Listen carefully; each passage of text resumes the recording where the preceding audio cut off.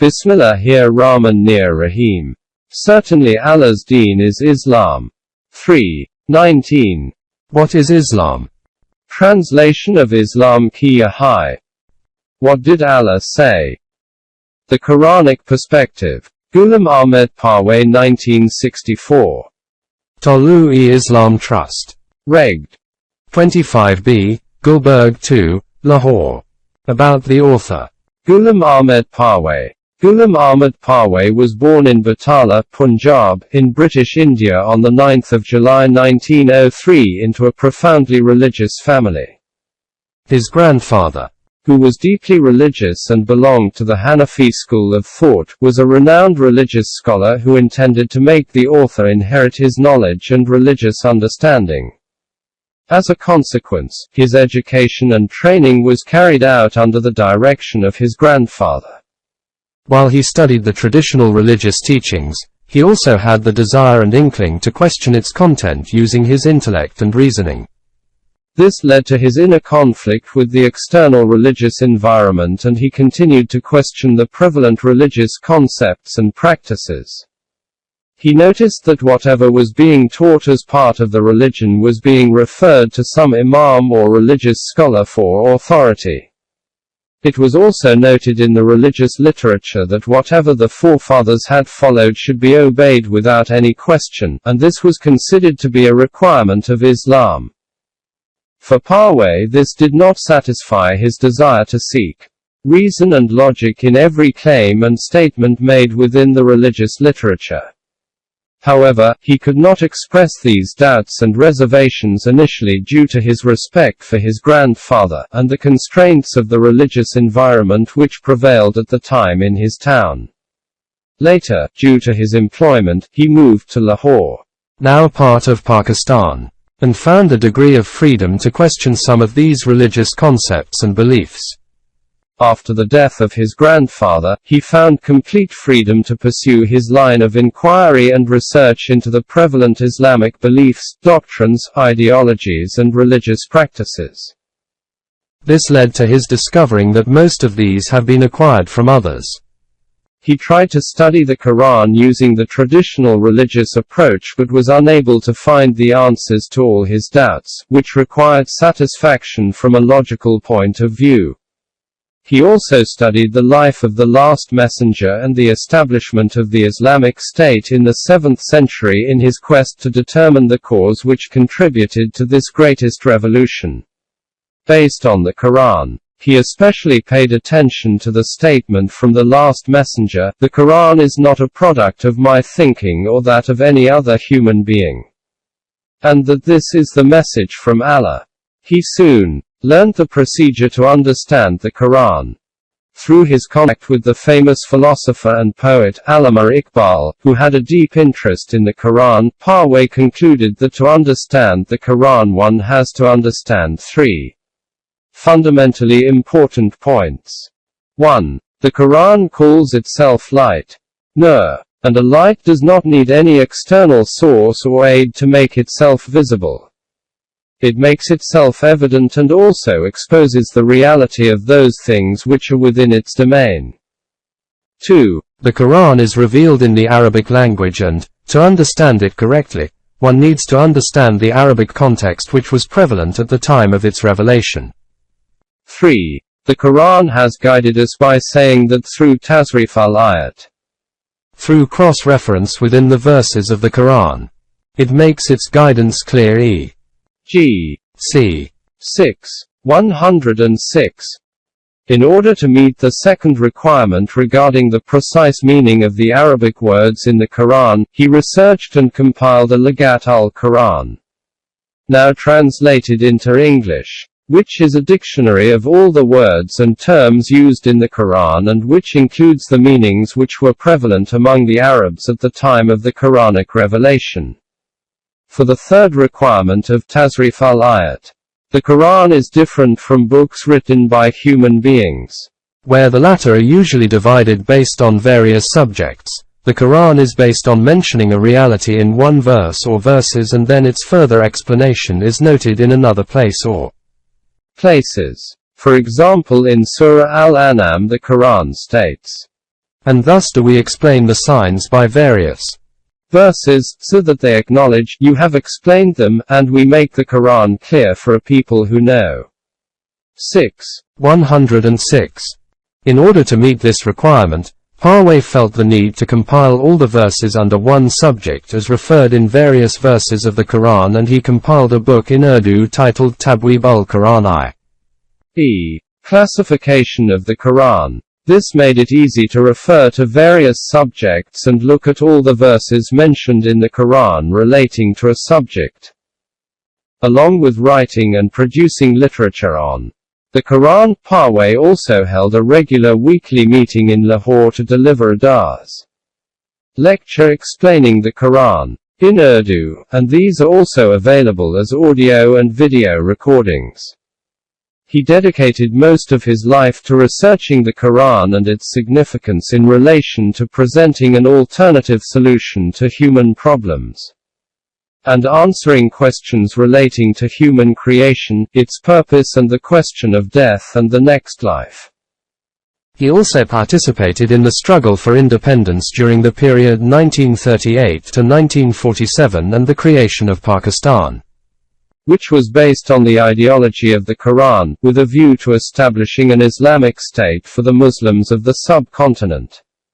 He worked very closely with the founder of Pakistan, Muhammad Ali Jinnah, Quaid-e-Azam, or Great Leader, and had regular discussions with him on various aspects of the message of the Quran. In order to support the movement for a separate state for the Muslims of India and to counter the arguments put forward by some of the religious lobby who opposed the creation of Pakistan, he published a monthly journal called Tolu-e-Islam, Dawn of Islam, commencing in 1938. Parwez joined the Indian Civil Service in the Home Department in 1927. And after the creation of Pakistan he migrated to Karachi, and continued to serve in the same department till 1955, when he took early retirement and devoted the rest of his life fully to his work on the Quran. He moved to Lahore from Karachi and settled there. He left this life on the 24th of February 1985 in Lahore, and his body was laid to rest in Lahore. Foreword. It was a while ago that I considered a written structure in order to present Islam in its true colors. And it was this, to first of all explain in a completely unbiased way what human intellect alone has achieved to date in finding solutions for the important problems of life, without the help of divine revelation, and whether it has been successful in its aim. If it has found satisfactory solutions to these problems of life, then the need for another source of knowledge does not even arise beyond human intellect. But if it has not been successful in its aim, then we need to look at the source of knowledge which is beyond the reach of human intellect, i.e., divine revelation, and which is now preserved in its true form within the Quran, and what solutions it presents to these problems. Accordingly, under this scheme, the first book in this connection, titled What Did Man Think?, was published in 1955, in which, starting from the time of the Greek philosophers to the modern times, research was presented from philosophers, historians and scientists, and it was shown how despite all this exertion and struggle they accept the fact that it is not possible for the human intellect alone to find the solutions to the important problems of life. After this, in this connection, there was to be another book, the title of which was proposed as What Did Allah Say? During this period, many colleagues suggested that there was a requirement for a self-sufficient book in which it was detailed what Islam is, because nothing is available in this exact form. And, leaving aside non-Muslims, even Muslims themselves do not have a clear concept of deen in front of them. I too was strongly aware of the need for this kind of a book, and I thought that once I am free from the writing of the book, What Did Allah Say?, then I will turn my attention to this issue. But when I started drafting the book, What Did Allah Say?, I felt that if a small change was made to it, then it can become that very same book which has been referred to earlier. Hence, I started to re-examine the arrangement of this book and started to write it in such a way that on the one hand it becomes the second part of What Did Man Think? And on the other hand it becomes a self-contained book which can be presented so that it will be known as What is Islam? Therefore, this book is now presented to you. In this book at some places it was felt necessary to quote Western thinkers who are referred to in the book, What Did Man Think? At these places, rather than being directed to refer to those parts of the book, these have been fully quoted so that the subject under discussion is complete. It is our claim, and this claim is based on our Iman, that Islam is bestowed from Allah as the final and complete deen which deals with all the difficulties of mankind, i.e., it holds within it the solution to all the fundamental problems of life. But when we wish to determine what Islam is, then in response, different voices emerge from different quarters. And when these voices are combined, their outcome is nothing more than the issues related to namaz, prayers, rosa, fasting, hajj, pilgrimage, zakat, etc. Now it is obvious that the Islam whose concept relates only to this cannot present solutions to the problems of even Muslims themselves. Never mind the problems of the whole of mankind. Islam is a system of life whose foundations are based on a few solid and immutable concepts. As long as these fundamental concepts do not appear in clear, unambiguous and precisely defined forms, it cannot be understood what that system of life is which is proclaimed as Islam, and which contains the solution for the important problems of life. In this book, I have presented these concepts. Here this question may arise, as to what is the authority for these concepts which are presented as the foundation of Islam. The answer to this question is easy. The Quran is the code of the laws of Islam. Deen has been completed and secured within it. Therefore, Islamic concepts are those whose authentic validity is available from the Quran. I have drawn these concepts from the Quran according to my own vision and understanding, and presented these with the Quranic authority. It is possible that my interpretation may have erred in understanding some meaning of the Quran. Because in any case this is a human effort in which there is a possibility of error and mistake. But it can never happen that I would deliberately present a non-Quranic concept as Quranic. In my opinion, doing this is shirk, and there is no greater crime in the court of Allah than this. As I have been continuously saying for a while, Islam is deen and not madhab, religion. And I have explained the fundamental difference between deen and religion in detail on various occasions. At this juncture it will be sufficient to understand this much, that the messengers of Allah used to present deen in its original form through wahi, revelation.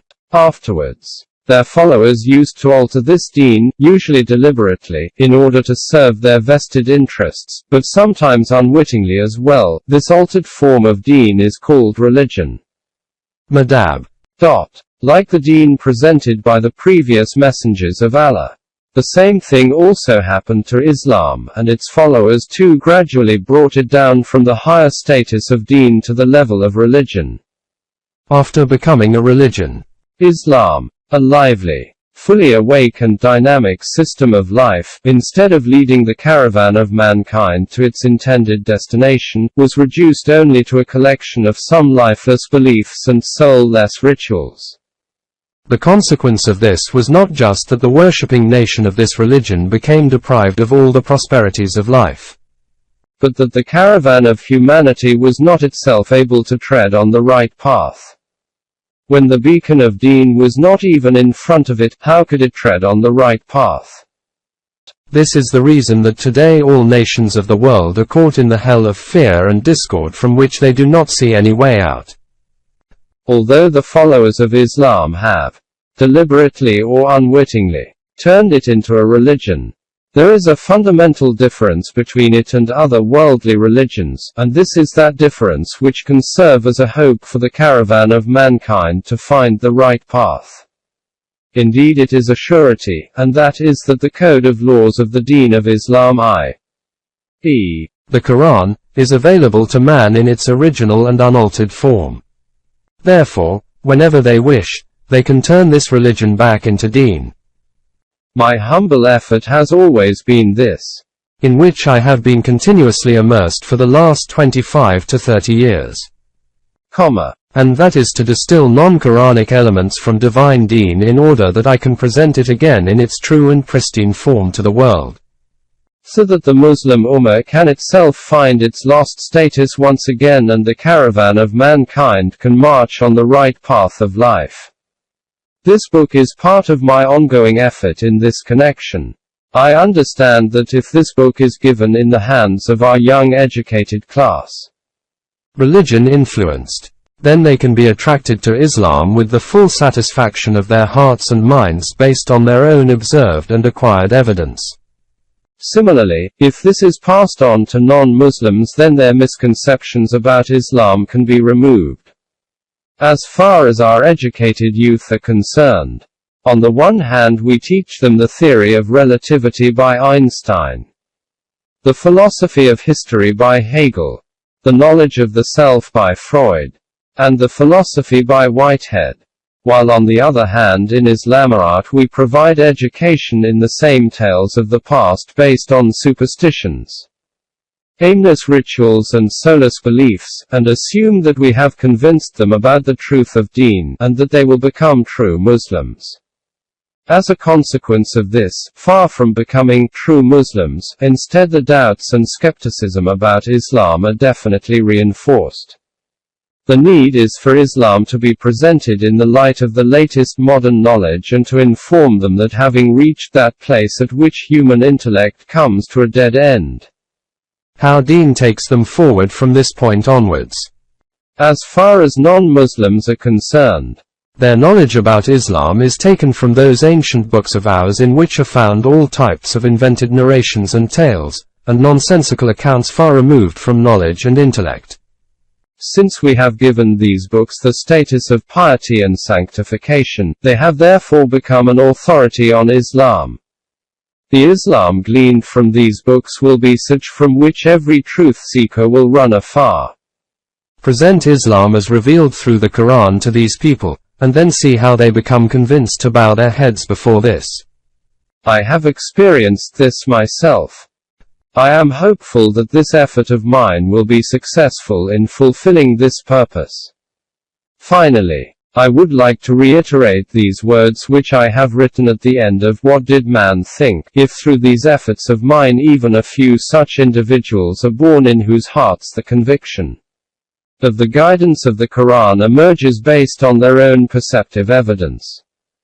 I will then acknowledge that I have received the reward of my unremitting visionary exertions and my heartfelt endeavors. G. A. Parwez. 25B Gulberg 2, Lahore, Pakistan, September 1964. Editor's note. This book is an English translation of the Urdu book titled Islam Kya Hai? What is Islam? Written by G. A. Parwez in 1964. This book covers the salient aspects of Islam as revealed in the Quran. Parwez later wrote a book in English titled Islam, A Challenge to Religion, which is a more detailed version published in 1969 and which is available free at islamicdawn.com. This translation covers all of the aspects which are discussed in the original Urdu version. However, the Arabic text of the verses from the Quran has not been included and readers are directed to the Quran for these details. The English translations used for the Arabic verses of the Quran are mainly taken from the translation of the Quran by Abdullah Yusuf Ali, with some amendments made using the exposition of the Quran, published by Tolu-e-Islam, to elaborate meanings where required. The verses of the Quran are given in the format 2. 177, in which 2 refers to the chapter, surah, of the Quran and 177 is the number of the verse itself. As is the case with all translations, it is difficult to translate everything literally, as this can affect the flow and meaning of the original text. In order to clarify some of the words and terms, additional explanations have been provided as footnotes at the bottom of the page, and ed. is written against these additions, indicating this as being from the editor. Footnotes without ed. written against them are to be considered as being from the author himself. This book is divided into 17 chapters which cover various topics including Deen as a system, the human self, intellect and deen, the law of requital, the life in the hereafter, the Islamic system of sustenance, deen as a political system, the rise and fall of nations, the permanent values and woman. The term Allah has been used throughout the book when referring to the Quran, and the term God is only used when the text does not refer to any specific parts of the Quran. Allah, as used in the Quran, is a very comprehensive designation which encompasses all of his divine attributes and refers to his complete sovereignty in the universe. As noted by the author, the Quran is not a book of religion. Madhab. It is a revelation from Allah for mankind for all times and provides details of a system called Deen. Deen is not a religion but a system, just like capitalism or communism, and covers all aspects of human life. The following points about the Quran should be noted. Historically, the Quran was revealed over a period of 23 years as a guidance to all of mankind. The last messenger of Allah, Muhammad, peace be upon him, disseminated this message among the people, which resulted in the establishment of an Islamic state based on Quranic values in the Arabian Peninsula in the 7th century AD. The Quran states that the purpose of the creation of the universe and the earth is to hold every individual accountable for his or her deeds so that no one is dealt with unjustly. And it explains how this process of accountability functions and its impact on our life, which includes the life of the hereafter. It declares, Allah created the heavens and the earth as truth, so that every self finds the recompense of what it has earned and none is dealt with unjustly. 45:22. Everything in the universe is provided with inbuilt guidance from Allah except man, who by virtue of possessing free will, has no inner guidance. However, man is given guidance as an external criterion in the light of which he can choose to exercise this free will. This guidance is provided in the form of revelation from Allah through his messengers who were chosen by him from among men. These messengers were the recipients of the revelation, which they then passed on to their fellow human beings. The Quran is the complete and final revelation from Allah, which was revealed through the last messenger Muhammad and has been preserved and protected since then in its original form. Since then, this process of revelation has stopped forever as far as this world is concerned. The Quran describes the state of the world or of a society when the guidance given in the Quran is not followed, and also the result when it does follow this. It addresses itself to an individual first, and by appealing to the intellect and reasoning, invites the individual to consider the guidance given within it. It then addresses those who accept its guidance, the Mu'mineen, and directs them to establish a collective system for the good of the whole of mankind. The Quran calls this system Deen. The Quran contains non-human thinking, and this is the reason no human being can produce anything like it. However, the values given and illustrated in the Quran can be understood through the use of human intellect and reasoning, and Deen as a system can be established in the light of these values. The concept of Allah given in the Quran is unique and is not available anywhere else. Human beings possess a self which needs a model for its development, and the concept of Allah based on the divine attributes serves as a model for the human self to acquire these attributes within the constraints of being human. The Quran is a complete book and does not require any other source for its interpretation and explanation. It is non-emotive and provides reality as it is, then it leaves it to us to understand it in the light of the developments and circumstances of the time in which we live. I wish to give thanks to and acknowledge the support provided by Hussein Kaisrani of Tolu-e-Islam Trust, Lahore, Asif Jalil, Karachi, and Sheraz Akhtar, Norway. I am profoundly grateful to my wife for her help and encouragement in the translation work and revision. Finally, this work is a translation and as such any ambiguity in the text in the English version which is not present in the Urdu version is my responsibility as a translator and editor and not of the original author. If readers have any questions or comments after reading this book, they are welcome to contact the Tolu-e-Islam Trust. Ajaz Rasool, Glasgow, UK, August 2017.